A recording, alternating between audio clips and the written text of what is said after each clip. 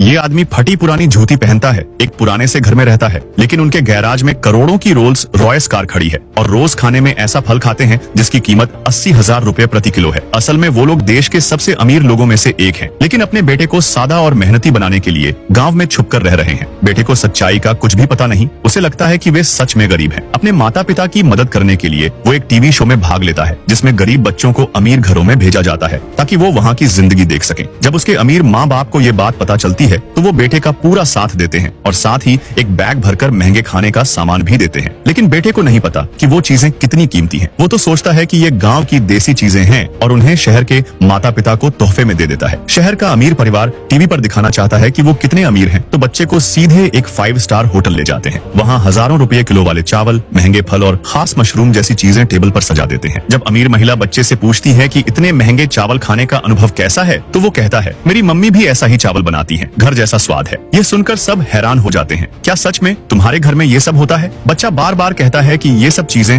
उसके घर में हैं, चावल, मशरूम, खरबूजा, लेकिन कोई उसकी बात नहीं मानता। लोग उसे झूठा और दिखावा करने वाला कहते हैं। फिर जब वो अपना बैग खोलता है और वही चावल, वही मशरूम, वही फल सबके सामने रखता है तो सब चौंक जाते हैं। सबकी बोलती बंद हो जाती है। लेकिन इसी बीच वो गलती से एक कीमती चाय की केतली गिराकर तोड़ देता है जिसकी कीमत थी करीब 9 करोड़ रुपए। अब सब उस पर इल्जाम लगाने लगते हैं। बच्चा कहता है कि गलती उससे नहीं बल्कि छोटे लड़के से हुई है, लेकिन कोई उसकी बात नहीं मानता। लोग उसे झूठा और चालाक समझते हैं। बच्चा रोते हुए कहता है, क्या सिर्फ इसलिए कि मैं गांव से आया हूं और गरीब दिखता हूं, लोग मुझे झूठा समझते हैं? क्या गरीब होना गुनाह है? फिर एक गार्ड आता है और कहता है कि सीसीटीवी फुटेज मिल गया है और फिर सब सच्चाई सामने आती है।